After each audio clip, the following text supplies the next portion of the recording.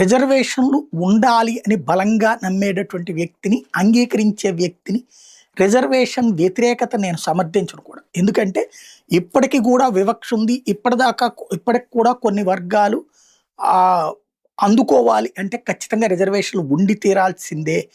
శాంతం ఈ వివక్ష అనేది దూరం అయ్యేటంత వరకు బడుగు బలహీన వర్గాలు ఉన్నత స్థితి వరకు ఇవ్వాల్సిందే అని భావించే వాళ్ళలో నేను ఒకడిని. 80 సంవత్సరాల నుంచి రిజర్వేషన్లు ఉన్నాయంటే ఇంకో 10-15 ఏళ్ళు పోతే ఏమన్నా మార్పు వస్తేమో, 2047 నాటికి ఏమైనా మార్పు వస్తుందేమో అని ఆశించేవాడిని.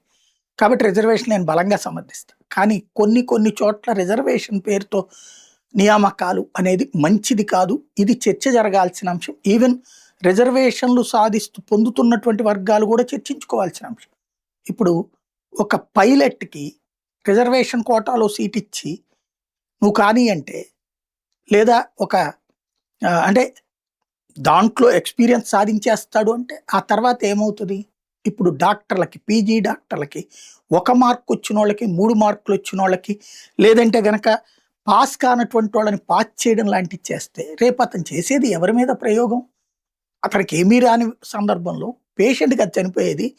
వాళ్ళ చేతుల్లో ఈ వ్యక్తులు ఎవరైతే ఇప్పుడు ఈ మాటలు మాట్లాడేవాడు వాళ్ళ చేత ఆపరేషన్ చేయించుకోగలుగుతారు రేపు పొద్దున. సమాజం వాళ్ళ చేతుల్లో ఉంటుంది. రేపు సర్టిఫికెట్ ఉన్న తర్వాత అతనికి 1 మార్క్ వచ్చిందో 10 మార్కులు వచ్చిందో అనేది జనానికి అనవసరం. యాజ్ ఫర్ నామ్స్ చేతిలో పీజీ సర్టిఫికెట్ ఉంది. అతనికి రేపు పొద్దున ఒక హాస్పిటల్లో జాబ్ కూడా వచ్చేస్తుంది.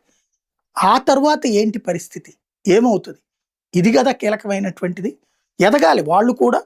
దాన్ని అందిపుచ్చుకుని ఇట్లా సీట్ వచ్చింది కదా అని బాగా ప్రొఫెషనలిజం సాధిస్తే పర్లేదు. కానీ అది ఎవరు ధృవీకరిస్తారు? ఆ తర్వాత రేపు పాస్ కాకపోతే అప్పుడు ఏం చేస్తారు? లేదా ఇట్లాగా పాస్ చేసేయండి అని, మొన్న కనుక మెడికల్ కౌన్సిల్ ఆఫ్ ఇండియా అని 17-18 ఏళ్ళ నుంచి వీళ్ళు పాస్ అవ్వట్లేదు, పాస్ చేసేయడానికి పర్మిషన్ ఇవ్వండి అన్నట్టిస్తే మెడికల్లో ఇది కరెక్టేనా? ఇది ఆలోచించాల్సిన అంశం.